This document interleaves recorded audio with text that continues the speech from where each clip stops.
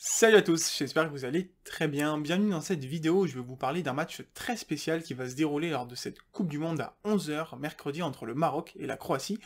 Au-delà du fait que ça va être le premier match de deux équipes qui peuvent potentiellement être des outsiders dans cette Coupe du Monde, ça va être le retour en fait d'un trophée qui avait été absent de la Coupe du Monde 2018 et qui va être remis en jeu entre ces deux équipes, c'est le bâton de Nazazi. Et là vous vous dites, mais de quoi il me parle, le bâton de Nazazi? Alors il y en a peut-être certains d'entre vous qui connaissent le bâton de Bourbotte, et bien vous allez voir que le bâton de Nazazi c'est un petit peu le même délire. On est parti.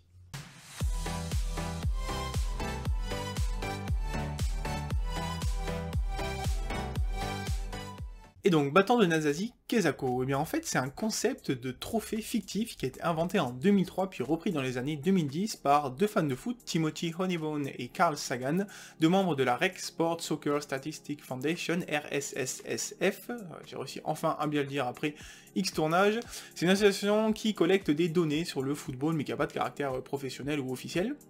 Ils ont créé un concept en fait de bâton qui va se passer d'équipe en équipe en fonction des résultats. Et donc l'idée c'est qu'il y a une équipe qui a le bâton de Nazazi en sa possession et qui le remet en jeu à chaque match. Alors les joueurs sont même pas au courant, hein, c'est un truc qui est complètement fictif et qui a rien d'officiel. Mais du coup à chaque match de l'équipe qui le possède, et bien si elle perd le match à la fin du temps réglementaire, et bien elle cède le bâton de Nazazi à l'équipe qui l'a battu. Par contre s'il y a un match nul ou s'il y a défaite pendant les prolongations ou au tir au but, c'est l'équipe qui avait le bâton de Nazazi au début du match qui le conserve. Mais donc pourquoi bâton de Nazazi? Tout simplement parce que c'est le nom de José Nazazi qui était le capitaine de l'Uruguay qui a remporté la première Coupe du Monde en 1930, et donc nos petits passionnés, quand ils ont créé le bâton de Nazazi, ils sont repartis de la finale de la Coupe du Monde 1930 pour décerner le bâton à l'Uruguay, et ensuite ils sont remontés jusqu'à aujourd'hui pour aller faire l'histoire de ce bâton en fonction de tous les matchs qui sont arrivés, et on va regarder ça un petit peu ensemble.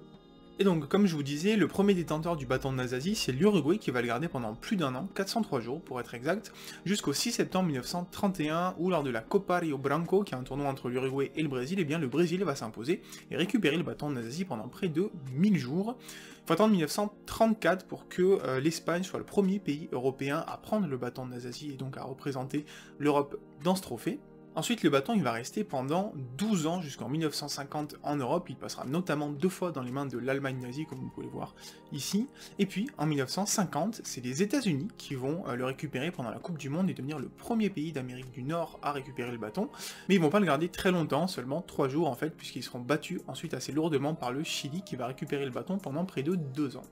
On continue à avancer jusqu'en 1963, jusque-là le bâton passait beaucoup entre l'Amérique latine et l'Europe, et puis d'un coup il y a les Antilles néerlandaises qui réalisent l'exploit de battre le Mexique 2-1 pendant la Coupe des Nations de la CONCACAF et qui vont récupérer donc le bâton de Nazazi. C'est une des plus petites sélections à récupérer ce bâton, ils vont pas le garder très longtemps non plus, 4 jours le temps d'être battu par le Costa Rica malheureusement.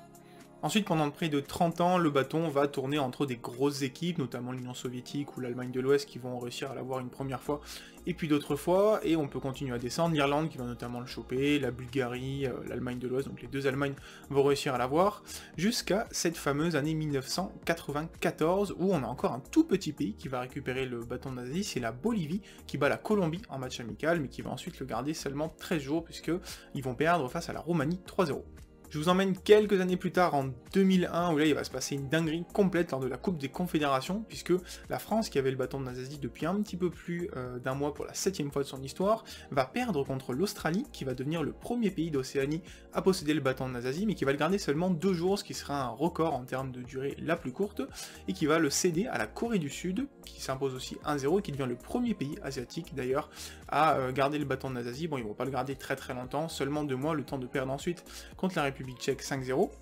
Et puis pour boucler la boucle, eh bien, il y a l'Afrique qui va enfin obtenir le bâton de Nazazi en 2004 par l'intermédiaire du Nigeria lors de l'Unity Cup, une compétition dont je vous parlerai également. Et là pour le coup il a tourné entre quelques pays, Nigeria, Angola, Zimbabwe, encore une fois Nigeria, puis il est retourné ensuite en Europe, en Roumanie, puis en Amérique latine.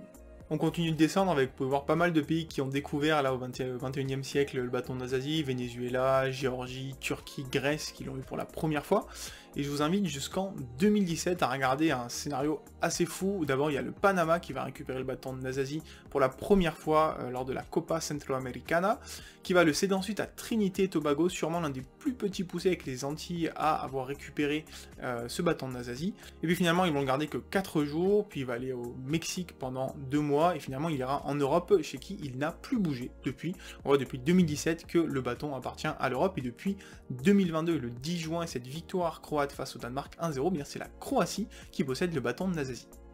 Voilà, je vous ai remis un petit peu les grandes lignes de ce qui s'est passé pendant les bientôt 100 ans de l'histoire du bâton de Nazazi, mais je vous laisse bien sûr le lien de Wikipédia dans la description si vous voulez un petit peu explorer toutes les histoires intéressantes qu'il peut y avoir autour de ce bâton. Quelques stats que je peux vous donner aussi, donc je vous ai dit que l'Australie c'était le parcours le plus court avec le bâton de Nazazi, 2 jours en 2001. On a une durée la plus longue qui a eu lieu entre 2008 et 2011, c'est lorsque les Pays-Bas ont gardé le bâton pendant 1056 jours, c'était la première et unique fois qu'un pays détenait ce bâton pendant plus de 1000 jours. Si le bâton est passé entre les mains de tous les continents, sauf l'Antarctique bien sûr, et bien c'est quand même l'Amérique du Sud et l'Europe qui l'auront détenu le plus de fois. En termes de pays, c'est le Brésil qui l'a obtenu le plus de fois avec 11 obtentions, devant l'Argentine 10, l'Angleterre et l'Uruguay 9, France, Espagne, Italie, Suède avec 8 obtentions, les Pays-Bas 7 également. Je vous ai pas parlé de l'Allemagne, en fait c'est un cas un petit peu tricky parce que la RFA l'a obtenu 8 fois, puis l'Allemagne avant et après l'a obtenu 6 fois également, donc techniquement on peut considérer que l'Allemagne a obtenu 14 fois le bâton